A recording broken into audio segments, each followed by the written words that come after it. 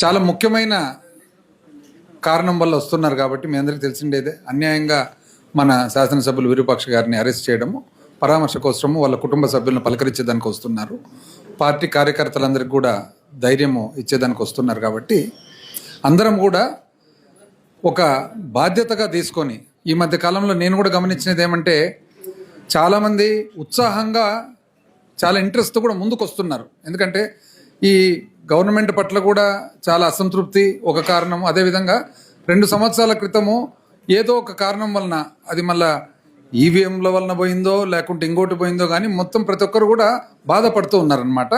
ప్రజలందరూ కూడా తరలి వస్తున్నారు కాబట్టి మీరందరూ కూడా బాధ్యతగా ఎవరెవరి వార్డులలో ఎవరెవరి పరిధిలో ప్రతి ఒక్కరు కూడా పబ్లిక్ అందరికి కూడా తెలియజేయడం. ఎందుకంటే పబ్లిక్ ఎట్లున్నారంటే, ఇప్పుడు జగన్మోహన్ రెడ్డి గారు వస్తున్నారంటే ఆటోమేటిక్గా కదిలిస్తున్నారు కాబట్టి తెలియజేసేది ఒక బాధ్యతగా పెట్టుకొని కదిలిచ్చేది ఒక బాధ్యతగా పెట్టుకోవాలని చెప్పి కోరుకుంటూ, కొద్దిగా వివిధ ఇతర కార్యక్రమాలు ఉన్నారు కాబట్టి నేను శాసనమండలి సభ్యులు గారు బయలుదేరుతాం. మరొకసారి కూడా మీ అందరికి కూడా నా కృతజ్ఞతలు.